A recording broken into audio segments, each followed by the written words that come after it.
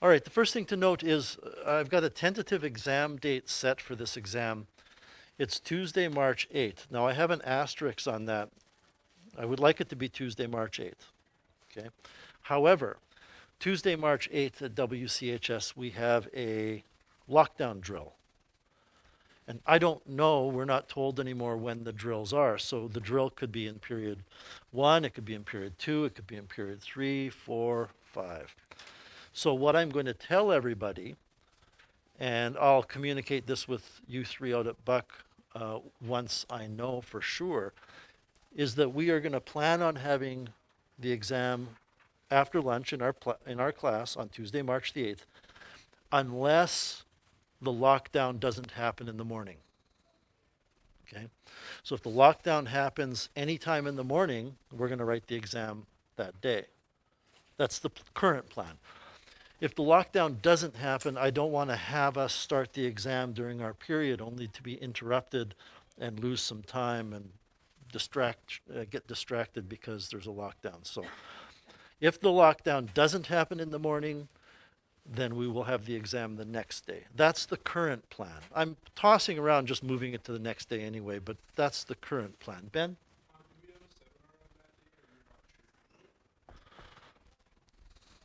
Um, we had a seminar today, right?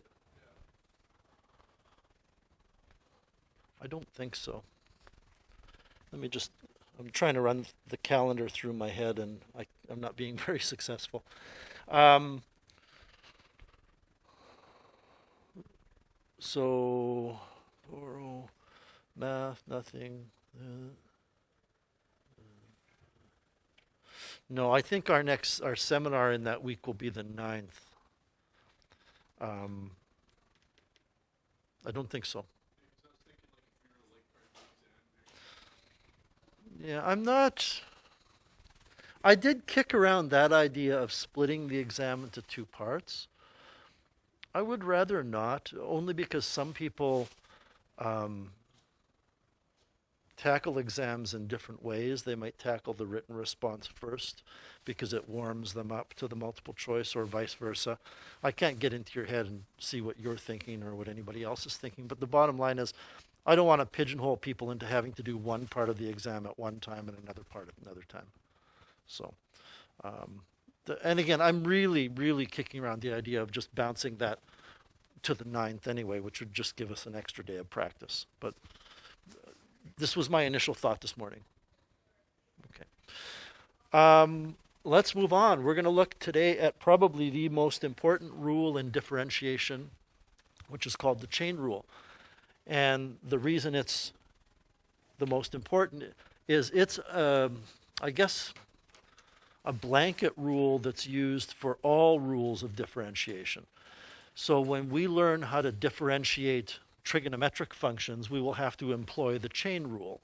When you learn how to differentiate logarithmic functions, you're going to have to use the chain rule. We've already learned how to differentiate polynomial functions by wrapping the exponent around the base, but we haven't had to use the chain rule for that because they've been very, very simple. And if we make them even a little bit more complex, the chain rule is required.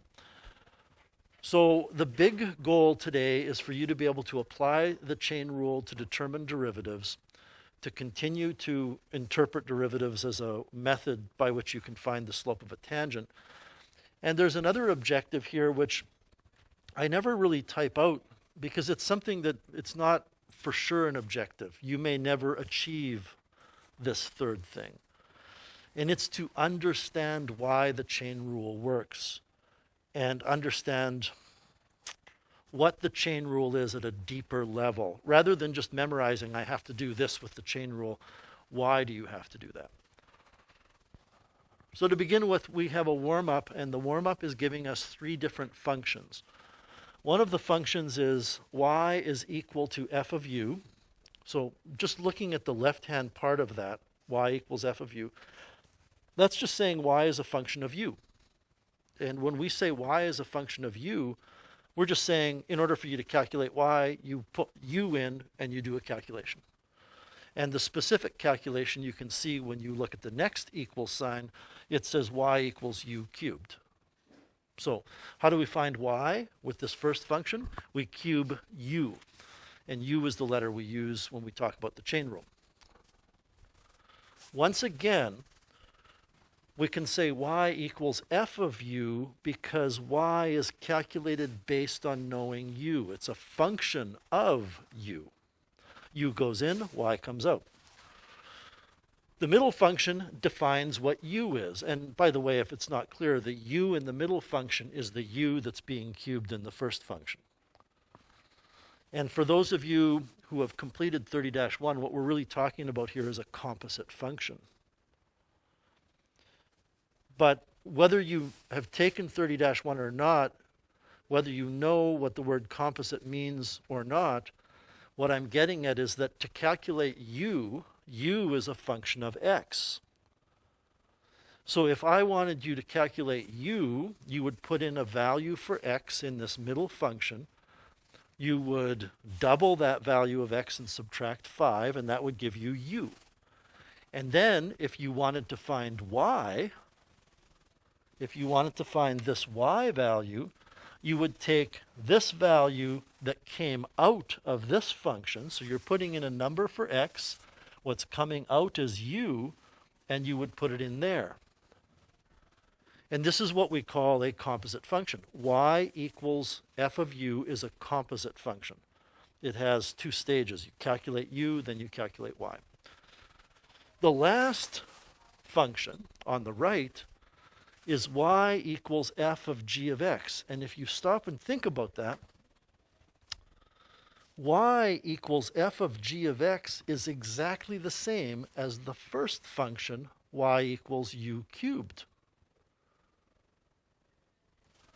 Because, this is tricky, we're going to be kind of walking in circles a little bit here, because g of x is u. So if I say to you y equals f of g of x, I'm telling you to put g of x into f every place there's an x, but g of x is u. So this is really y equals f of u. It's the same as the first function written differently. And you may wonder why that's the case. I'm not going to explain why it's the case right now. If you can truly figure out why it's the case, then you understand the chain rule in the end. So the first function is y in terms of u, the second function is u in terms of x, and the last one is y in terms of x. Now, why do we have three functions, even though these are the same? Because we're going to be calculating, if you look now at the warm-up, we want to calculate dy du. So just think about this for a second. If you're asked to calculate dy du, then you need a formula that says y equals, and you need u's. I mean, think about this for a second. If I give you, forget about this whole warm-up, y equals 2, we'll start with x squared plus 8x, and you write 4x plus 8, what have you found? You found dy dx, right? You've differentiated with respect to x. That phrase, with respect to a variable, means that's the variable you apply the rules to. That's the variable that you wrap the exponents around. So if I had, doesn't matter, y equals 10u cubed plus u, and you wrote 30u squared plus 1, you have just found a derivative, but you have not found dy dx. Who can tell me what it is you found here in changing 10u cubed plus u to 30u squared plus 1? Ben? dy du.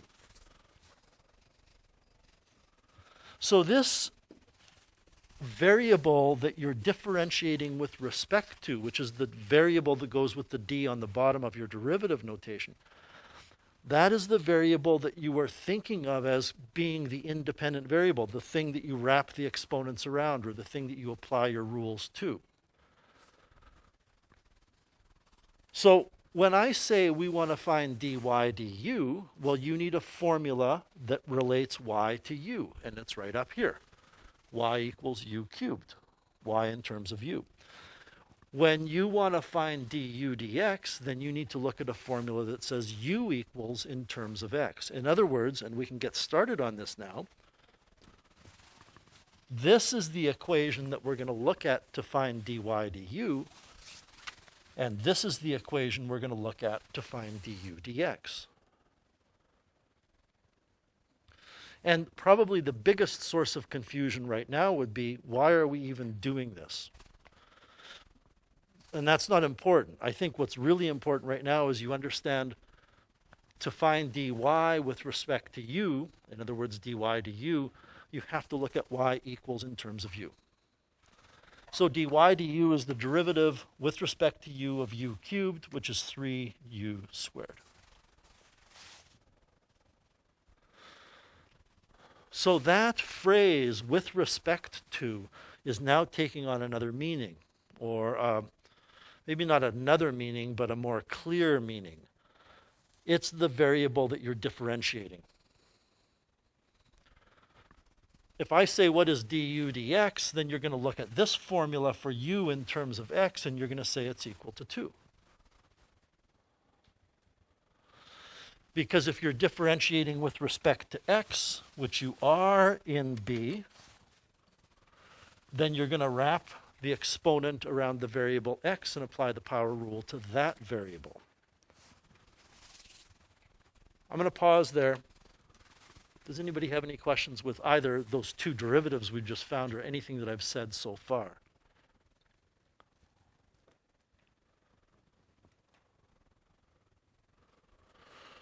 Okay, so now C says, what is dy dx? Well, we've said that this right here is y in terms of x. This function is y in terms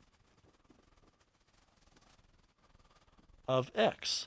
The x is buried in amongst a bunch of function notation, so we don't actually know exactly what the equation for y is in terms of x, but we can do the legwork to find out. Y is equal to u cubed, and u is equal to 2x minus 5, which means y is equal to 2x minus 5 cubed. This y function, everybody, is the same as the first function at the top of the page on the left. It's just that I've replaced the u with 2x minus 5 so that I have a function of y in terms of x. And we have to do a bit of work here to figure out what this is equal to.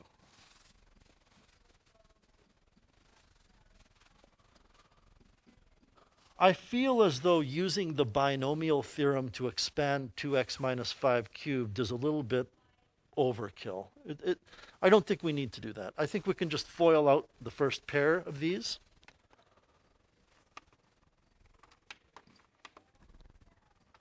To get 4x squared. My outer will be negative 10x. My inner will be negative 10x, so I'll get minus 20x. And then I'll have negative 5 times negative 5, which is 5. And we're going to multiply that by 2x minus 5 because it was 2x minus 5 cubed. And that 4x squared minus 20x plus, I'm pretty sure I said 25, but who knows what comes out of my mouth sometimes. This should be plus 25, obviously not 5. You guys with me? Okay. So we still have to multiply the 4x squared minus 20x plus 25, which is 2x minus 5 squared, by an additional 2x minus 5. So I am going to multiply the 4x squared by the 2x and get 8x cubed. The 4x squared times the negative 5 and get negative 20x squared. And then say to myself that I'm done with the 4x squared. So 4x squared times 2x, 4 times 2 is 8, x squared times x is x cubed, and then 4 times negative 5 is negative 20, and it's x squared. Now I'm moving on to the negative 20x. I need to multiply it by the 2x, which will give me negative 40x squared. And I'm just going to line that up with my other x squareds. And I'm going to multiply the negative 20x by the negative 5 and get positive 100x. And I'll tentatively say I'm done with that, although I need to double check it every stage. Negative 20 times 2 is negative 40, and it's x times x, which is x squared. Negative 20 times negative 5 is positive 100, and it contains an x. Now I move on to the 25. 25 times 2x is 50x. And 25 times negative 5 is negative 125. And once I check, I know I will be done with the 25. Look good? Okay. Again, I'm asking for your approval, I suppose, for two reasons. To make sure I didn't make a mistake, but also to keep you involved. You're not just writing down what I'm writing down, you're thinking about it as well. So what do we get? We get 8x cubed minus 60x squared plus 150x minus 125. So I'm adding the like terms together. I'm adding the x squareds together to get negative 60x squared and the x's together to get 150x. Still good. Okay. So what have we learned? We've learned that f of g of x is y equals 8x cubed minus 60x squared plus 150x minus 125. Now we can find dy dx. Dy dx is going to be found by, well, applying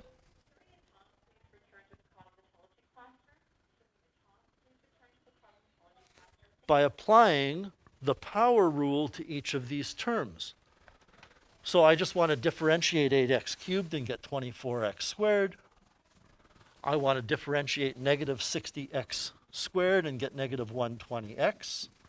I want to differentiate 150x and get plus 150.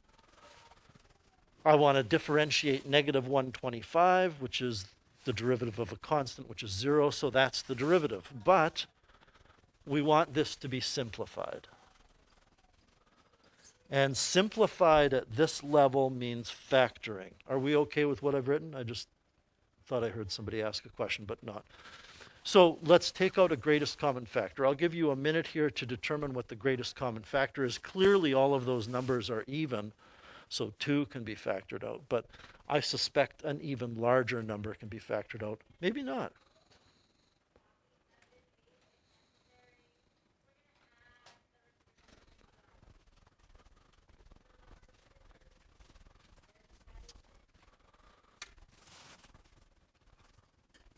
I think maybe 2 might be it, eh? Oh, yeah. By the way, if we would have gone with 2, we would have seen that there is a 3 as well that can be taken out later. So good job, Ben. We can take out a 6. What does that leave us with? 4x squared minus 20x plus 25. Wait a minute. Doesn't that look familiar? I mean, I realize we don't remember every little event in our day, but it wasn't that long ago that we took 2x minus 5 times 2x minus 5 and got 4x squared minus 20x plus 25. 4x squared minus 20x plus 25 is 2x minus 5 quantity squared. So we get dy dx equals 6 multiplied by 2x minus 5 quantity squared. That's the derivative.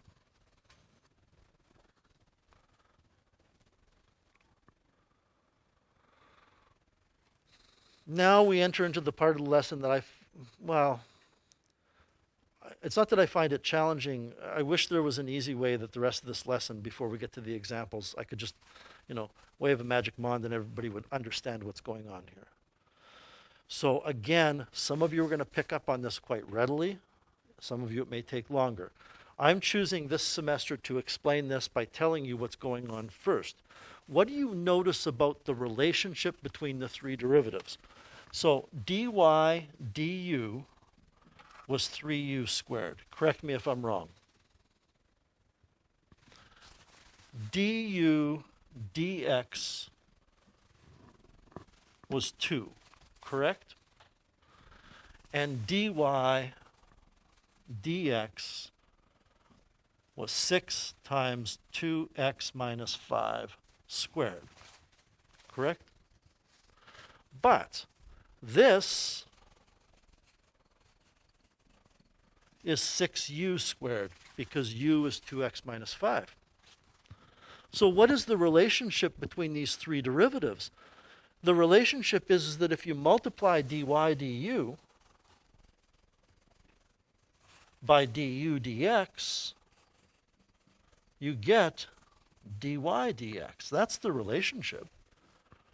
3u squared times 2 gives you 6u squared. So let's get something out of the way right now. Because the first time I saw this, and I think the first time anybody sees this, and by the way, this is the chain rule without an explanation. The first time I saw it, I said, well, that's patently obvious. And I remember having a conversation with an instructor about this in university, and I said, that's obvious because these cancel and you're left with dy du. And that instructor said, no, you cannot cancel those. And the instructor's right. The reason you cannot cancel those is those are different du's. dy du is the instantaneous rate of change of y with respect to u. And if we track that back to point Q approaching point P, du is telling us u is getting infinitely small.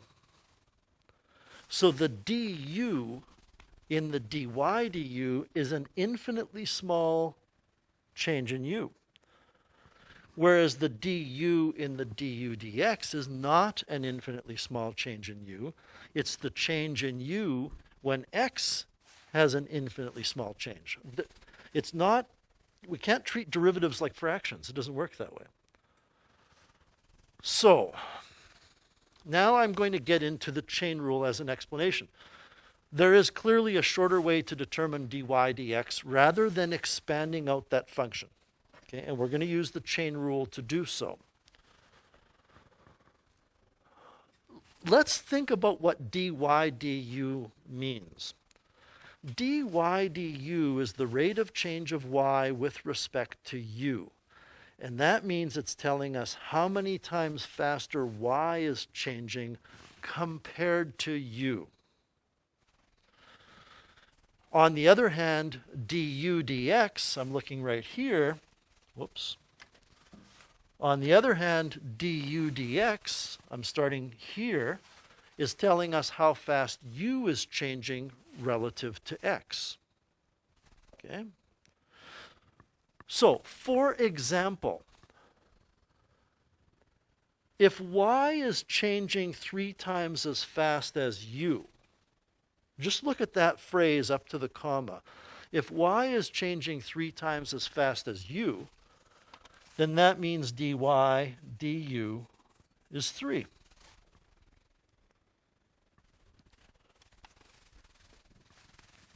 And again, I feel as though I need to say, if you don't get the full understanding of the chain rule, you're fine.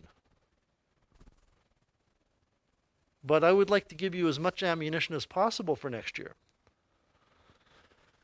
So if y is changing 3 times as fast as u, dy du is 3. If u is changing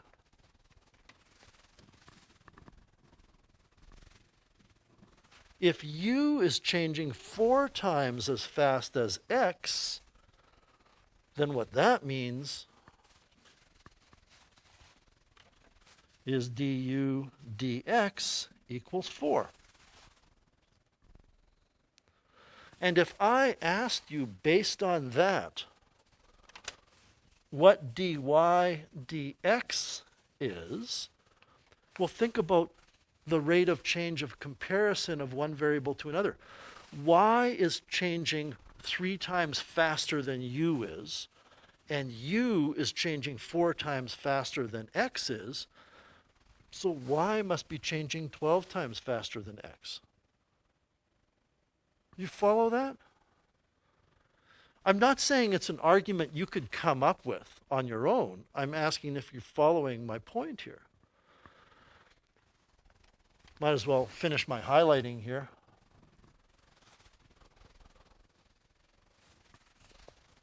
And in order to really drive this home,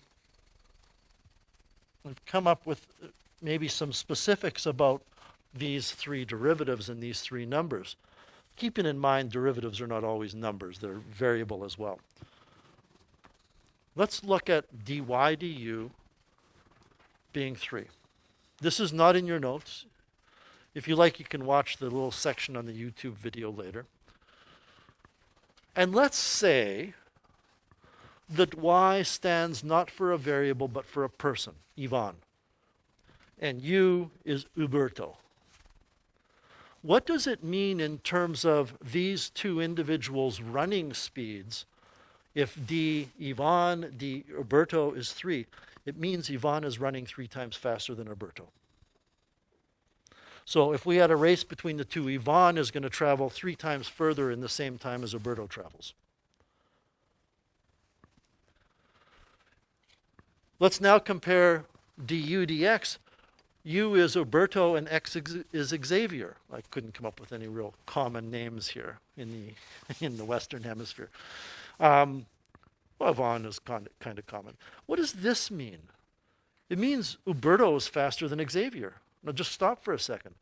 Uberto is faster than Xavier, but Ivan is faster than Uberto.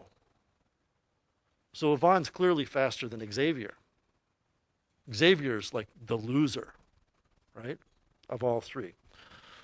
But this means that Uberto is running 4 times as fast as Xavier. So if I said to you, how many times faster than Xavier is Ivan running? It makes sense that you would multiply these 2 numbers together. You know, you could use running, you could use money. You could say, and the analogy kind of breaks down here, but Ivan has 3 times as much money as Uberto, and Uberto has 4 times as much money as Xavier. It's pretty easy to see that Ivan must have 12 times as much money as Xavier. And that's the best I can come to for explaining this statement at the top. So now we're back in your note package looking at the top of the next page, I believe. Nope. At the bottom of the first page still, where I say dy du equals dy, I say dy dx equals dy du times du dx. Now, this is the chain rule. This is not something you have to memorize. We'll put it into practice in a bit. But what this means is if you want to find the derivative of a function with respect to the variable x, but your function is not defined in terms of x, it's defined in terms of another variable, u, then you have to differentiate the function with respect to that other variable, and then you have to multiply by the derivative of that other variable with respect to x. I don't really like this notation, but some people prefer it. This is saying, and I'm going to have to do a lot of pointing here because otherwise it won't come out properly on video. This is saying that if you have a function of another function of x, so you have a function of g of x, not a function of x, a function of g of x, and you want to find the derivative of that function of g of x with respect to x, then you find the derivative of the function with respect to g of x. and then you multiply by the derivative of g of x with respect to x. And I don't know, I'll just throw this out here. How many of you see that if I change this to u, it's pretty much the same thing I have up top? The derivative with respect to x of a function of u, where u depends on x, is equal to the derivative of the function with respect to u times the derivative of u with respect to x.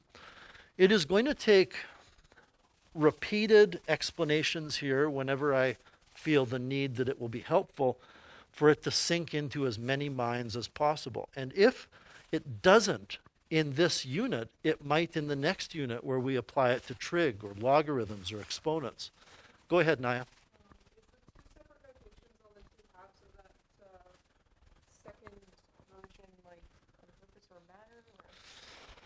Are you wondering why I've got kind of an unholy mixture of the two types of notations where I'm mixing up prime and dy dx or the d dx? I've taught this many times, and I feel as though if I were to do the following, which I think you can handle, but not everybody can, I will lose more people than I will gain. I feel I will be walking backwards as opposed to forward if I wrote this.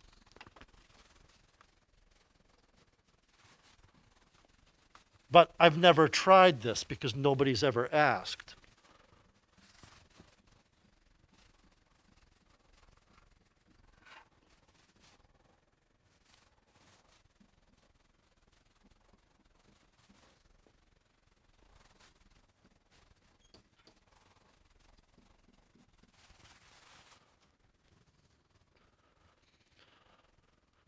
Does that make sense to you? To how many people does that make sense? It's kind of what I thought. There's a few people kind of nodding and some of you were unsure. The bottom line is, so I think that answers your question. I think it's just, I've done it this way because I think it's easier for me to explain using the mixture of notations. When I said to you, I'm going to repeat this again.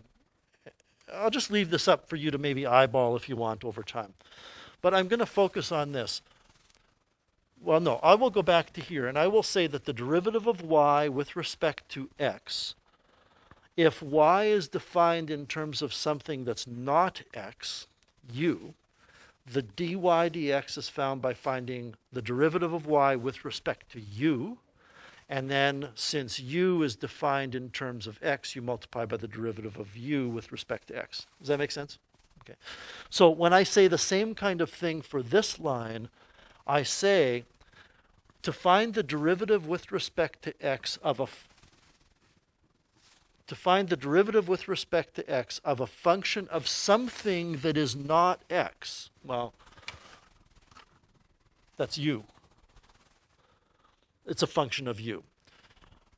Then I say, this is where I think you can, if you don't see it, draw a connection between this term here and this term here. I say for this, you find the derivative of the function with respect to g of x. Which is why if you want to stick with the dd notation, you have the d g of x on the bottom. Again,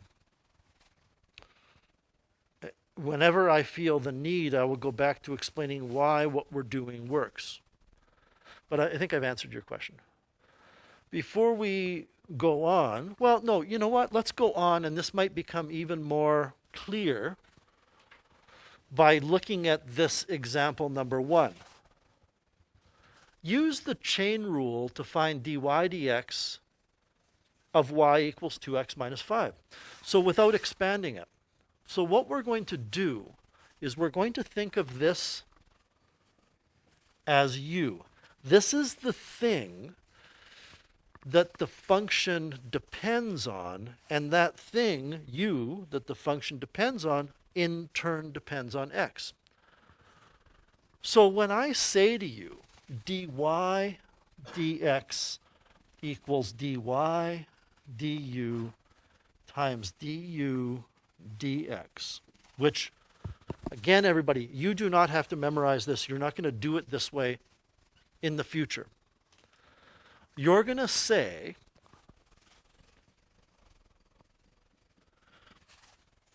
this is complicated. You're going to say that this thing here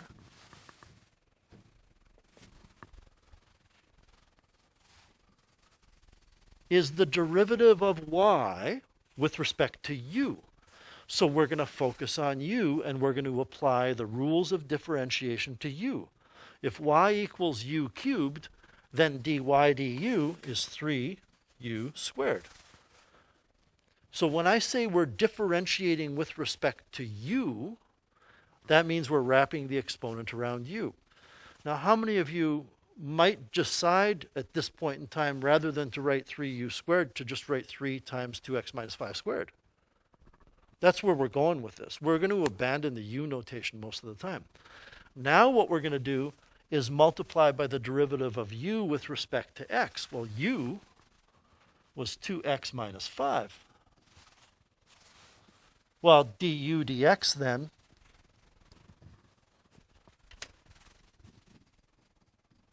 du dx is 2. The derivative of x, the derivative of 2x minus 5 with respect to x means we wrap the exponent around the x in this case. And what do we get for dy dx?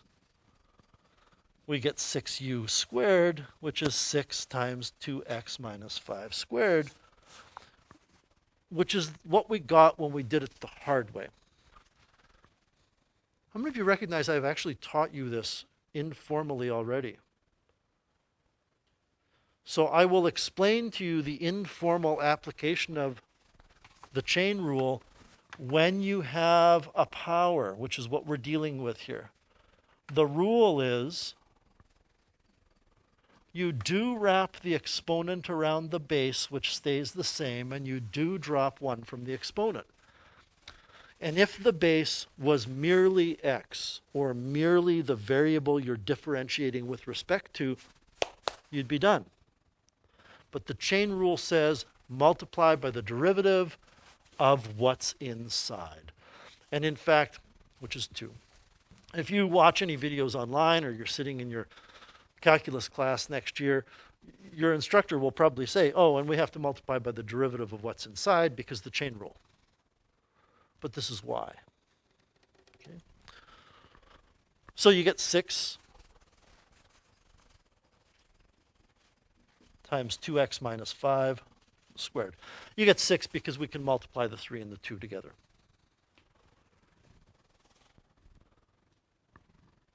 So any questions with, example 1?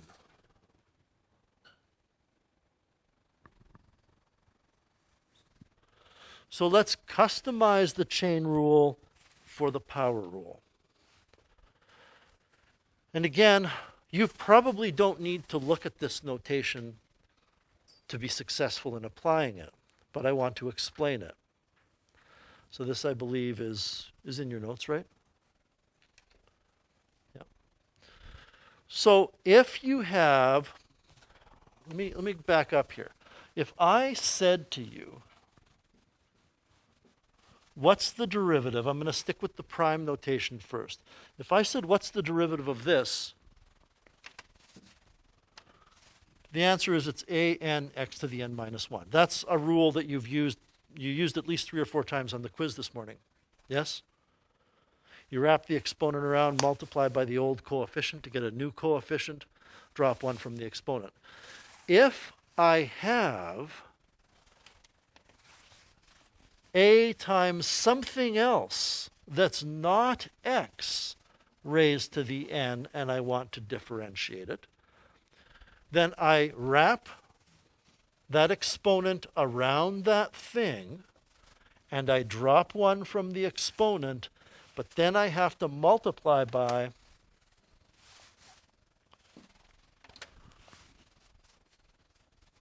the derivative of that thing I wrapped it around. That's all this is saying. The derivative of a number times something that's not x raised to an exponent is equal to the number times the old exponent times that same thing that's not x, it's f of x, raised to one less exponent times the derivative of f of x, the derivative of what we wrapped the exponent around, also known as u, where u depends on x. And my hope here would be that the few pairs of glazed eyes I'm starting to see are glazed because you get it already and I'm not just putting you to sleep. On the other hand, if we, and maybe I'll be very clear here, I hope you see the difference between this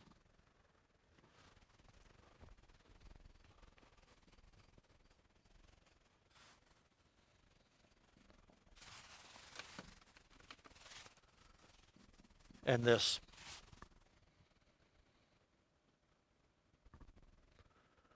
The thing you're wrapping around the exponent around here is the variable with which you're differentiating with respect to.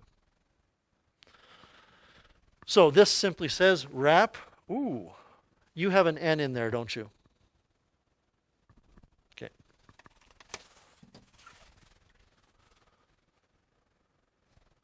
Let me fix my copy just for next time.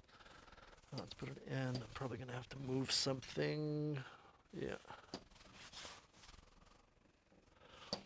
You wrap that n around the base, which is u. The base stays the same. You multiply that n by the old coefficient of a.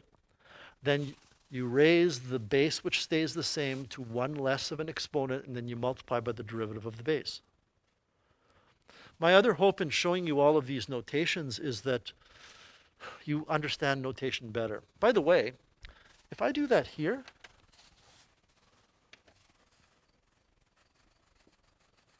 if the chain rule says I have to multiply by the derivative of what I wrap the exponent around for the power rule, I wrap the exponent around x here, the derivative of x is 1.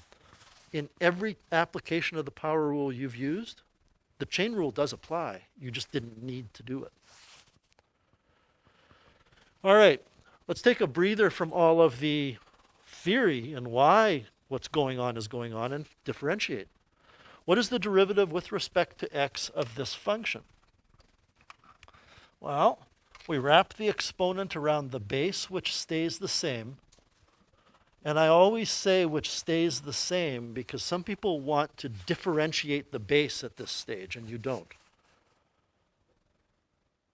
We do that, and we drop 1 from the exponent, and then we multiply by the derivative of what's inside. Now, what's inside will have a derivative of 6x minus 4. I hope you can appreciate why we need a set of brackets around the 6x minus 4. Otherwise, it looks like you're multiplying this leading piece by 6x and then subtracting 4. At this point in time, what is the golden rule for simplifying? Factoring. Can I factor anything? Well, yeah, I can factor a 2 out of the 6x minus 4. So dy dx is now becoming 3 times 3x squared minus 4x plus 1 times the 2, which we factor out.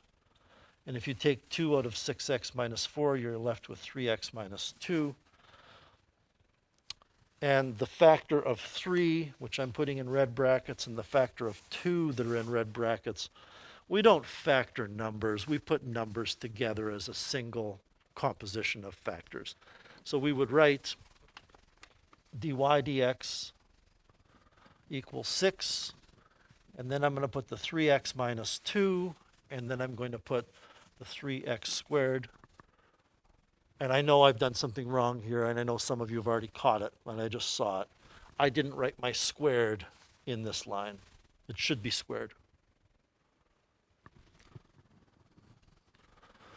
So then I have my 3x squared minus 4x plus 1 quantity squared. The order that you write these three pieces in doesn't really matter, but the standard practice is to put the numerical value first. In fact, the standard practice is to go from smallest degree on the variable to highest degree. So the degree of x on the number 6 is 0. It goes first. Then we have something to the 1. Let's put that next. Then you have something to a higher degree. It's not wrong if you switch the order of those terms, but that's the standard practice. Any questions with that one?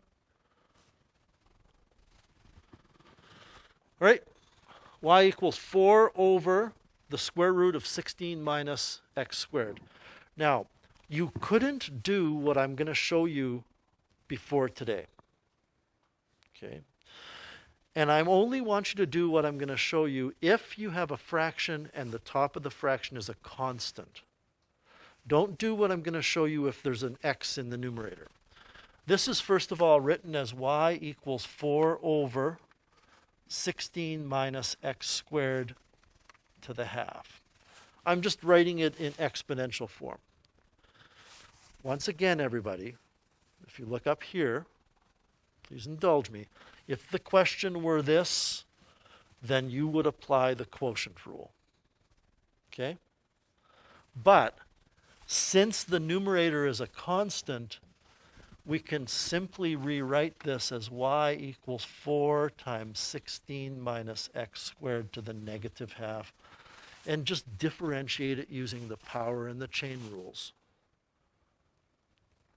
If the numerator had a variable and you moved that bottom up with a negative exponent, then you'd have to use the product rule, which would really be a mess with negative exponents. So what's the derivative of this?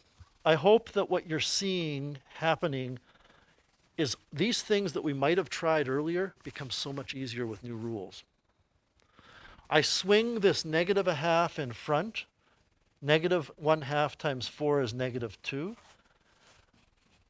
The base remains the same, raised to 1 less of an exponent than it had to begin with. Then I multiply by the derivative of what's inside.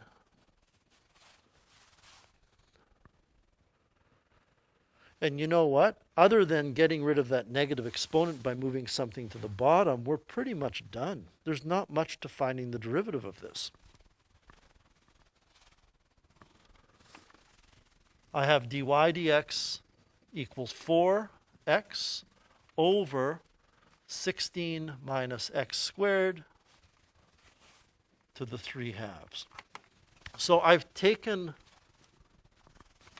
this term, and since it has a base raised to a negative exponent, and since everything is being multiplied, I am allowed to move that to the bottom and write it as a positive exponent. And then I have negative 2 times negative 2x, which is 4x.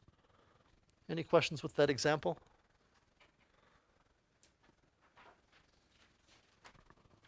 Right. So let's take a look at C now. And before we get started here, I want you to make a note that what this is a power of a quotient.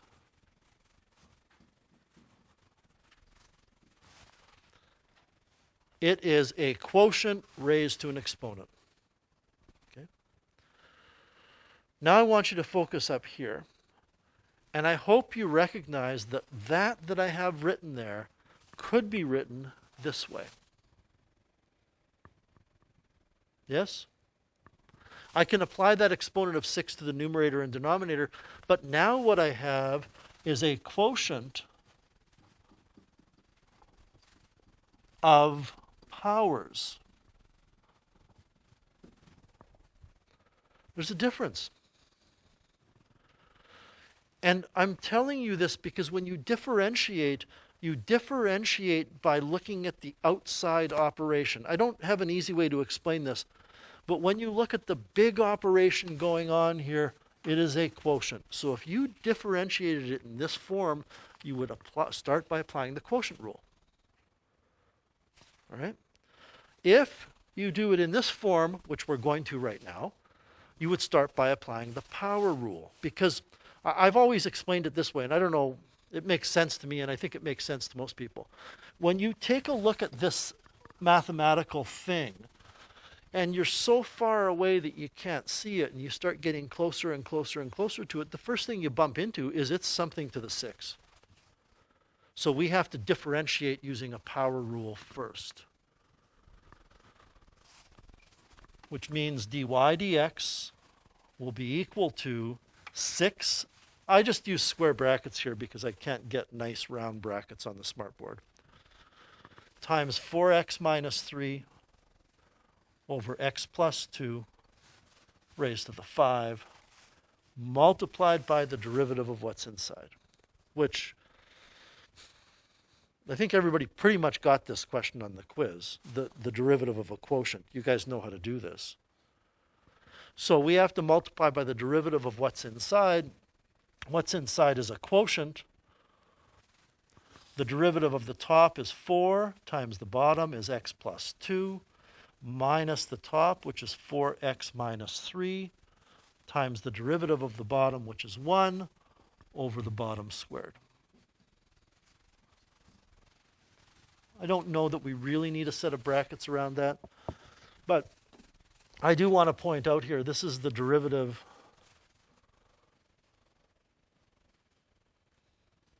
of 4x minus 3 over x plus 2. I wanted to just write the derivative of what's inside, the derivative of what we wrap the exponent around, the derivative of the base. But that's what it is. So we can simplify this. Dy dx equals 6 times that 4x minus 3 over x plus 2 raised to the 5. And we figure out what this is, and I believe you're going to get 5 over x plus 2 squared. If you want to include another line showing that calculation or that computation, you can. I have 4x minus 4x, which is nothing. I'm wrong. It's not 5. It's 11. And then I have 4 times 2, which is 8. And I have negative 3, which is 3. So it is not 5. It is 11. So we have that. The next line I'm going to show is something that you probably don't need to, many of you. I'm going to write dy dx is 66 times 4x minus 3 to the 5 over x plus 2 to the 5 and also over x plus 2 to the 2. So really, all I've done there is multiplied the 6 and the 11. And I've thrown that exponent that was 6, but now it's 5. I've thrown that exponent, tossed it back on both the numerator and denominator. How many of you would have just written x plus 2 to the 7 here and bypassed this line? That's the only reason why I'm doing this, is I can write this now as dy dx is 66, and then I have 4x minus 3 raised to the 5 over x plus 2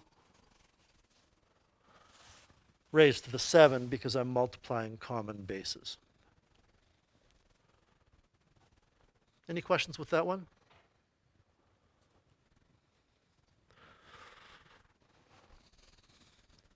Let me show you what it would look like if you took this approach. And you don't have to write this down if you don't want to. Again, you can watch it on the video later. I'm not going to necessarily be going slow enough for you to write it down anyway.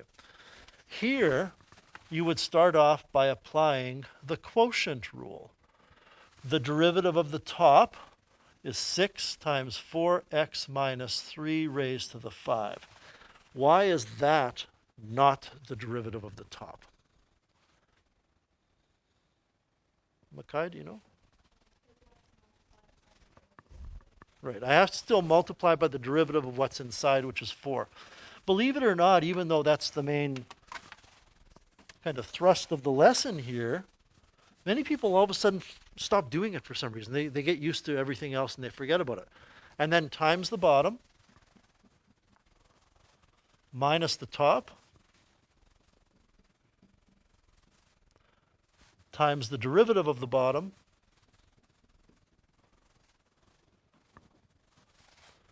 and then, to be like pedantic, picky, times the derivative of what's inside of the thing that we just wrapped the exponent around. Derivative of the top times the bottom minus the top times the derivative of the bottom. Over the bottom squared, which a couple of you on the quiz forgot to square it. Okay. We have this term minus this term. Do they have anything in common? Well, they both contain a 6, so I can factor a 6 out. They both contain 4x minus 3's, so I'm going to take out the lowest exponent on 4x minus 3. They both contain x plus 2's, so I'm going to take out the lowest exponent on x plus 2. I hope many of you are starting to see how this is going to end up being the same as what we got when we did it before. You're going to have a bunch of x plus 2's canceling, leaving with x plus 2 to the 7. What should we end up getting in here? Well, I don't know. Let's find out. I take out the 6. Whoops. I take out the 6. I take out all of these. I'm left with 4 times x plus 2 to the 1. Minus, I take out the 6 and all of these. I'm left with 4x minus 3. Well, this is going to give you the 11. You're going to get 66 on the top. You're going to have the 4x minus 3 raised to the 5, and it's going to be over x plus 2 raised to the 7.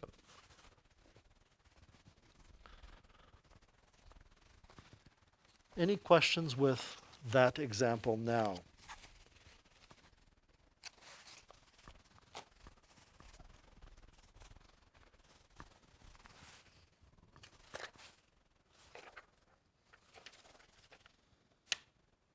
Okay, we have one more. And we're going to power through and do this one. Remember that tomorrow we are practicing the chain rule. So I think it's important to finish the lesson. I don't want to come back tomorrow and have to do some more. We have one more to do, and it doesn't matter how you cut this. This is a product, isn't it? It is a product of powers. So this is what I'm going to call the first. This is what I'm going to refer to as the second.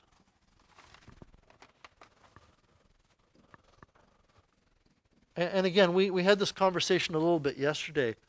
I think Nicole had asked about something, why I included something, and the end result was we have to remember to stick to rules. If you don't stick to the rules, then you have chaos.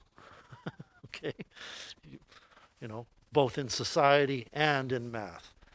The derivative of a product is found by taking the derivative of the first, which is found by wrapping the 5 around the base, which stays the same, dropping 1 from the exponent, and multiplying by the derivative of what you wrapped the exponent around. Then times the second. It's the product rule, so I said bottom, but I meant second. Product rule is derivative of the first times the second, plus, now a couple of you on the quiz this morning for the product rule one, you put minus here. It's, with the product rule, it's plus. Now I write the first, which is 3x minus 2 raised to the 5, times the derivative of the second. The second is a power, so I wrap that old exponent around the base, which stays the same. I drop 1 from the exponent, and I have just enough room to write in multiplied by 2 because that's the derivative of what's inside. So I want to double check my work while you double check my/your work and make sure that us didn't make a mistake.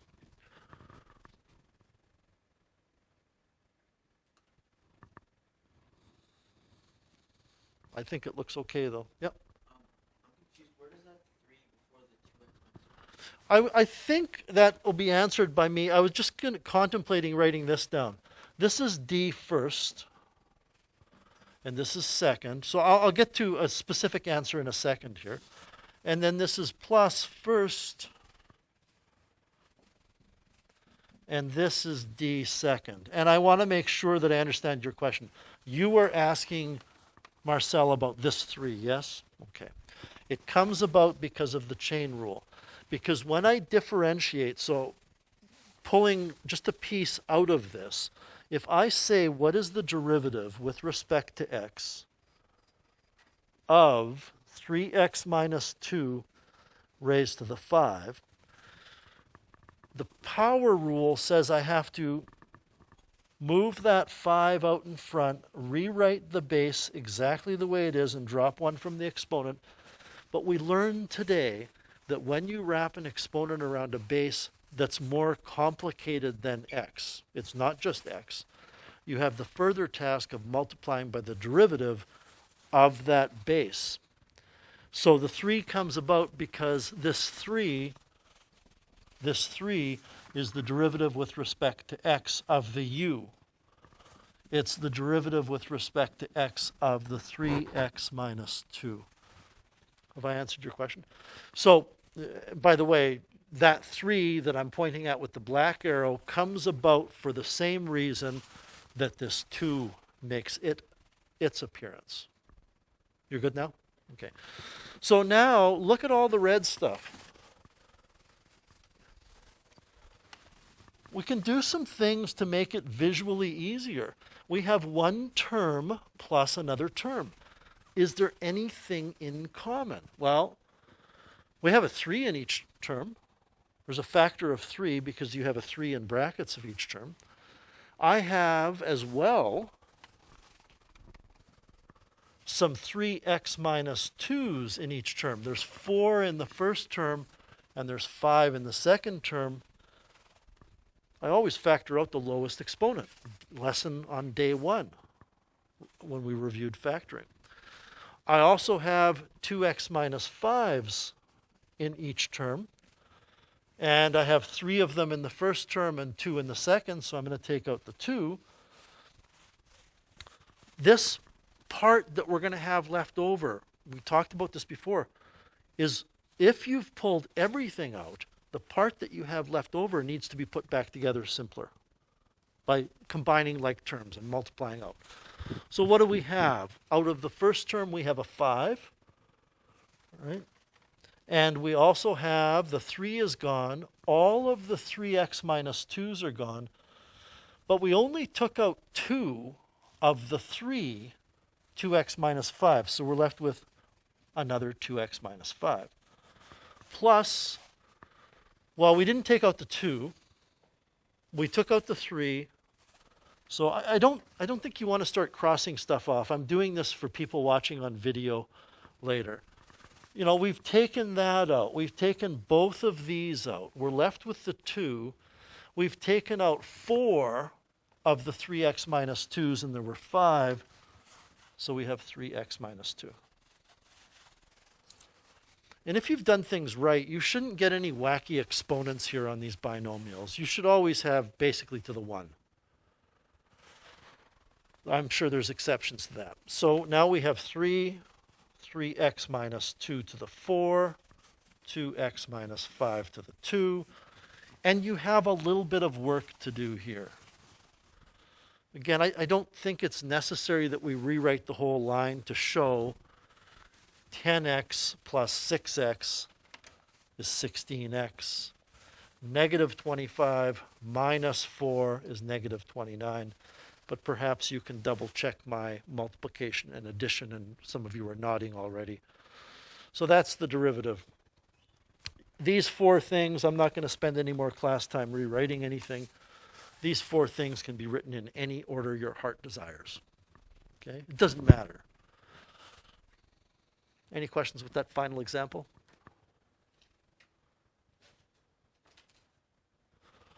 All right, so for the last 10 minutes of class today and for all of tomorrow, well, here's stuff to get you started. Now, I will warn you right now that things like this are not, oh, that one. Things like this are not intended to be things that will simplify nicely. They're just going to be things that you apply the chain rule to.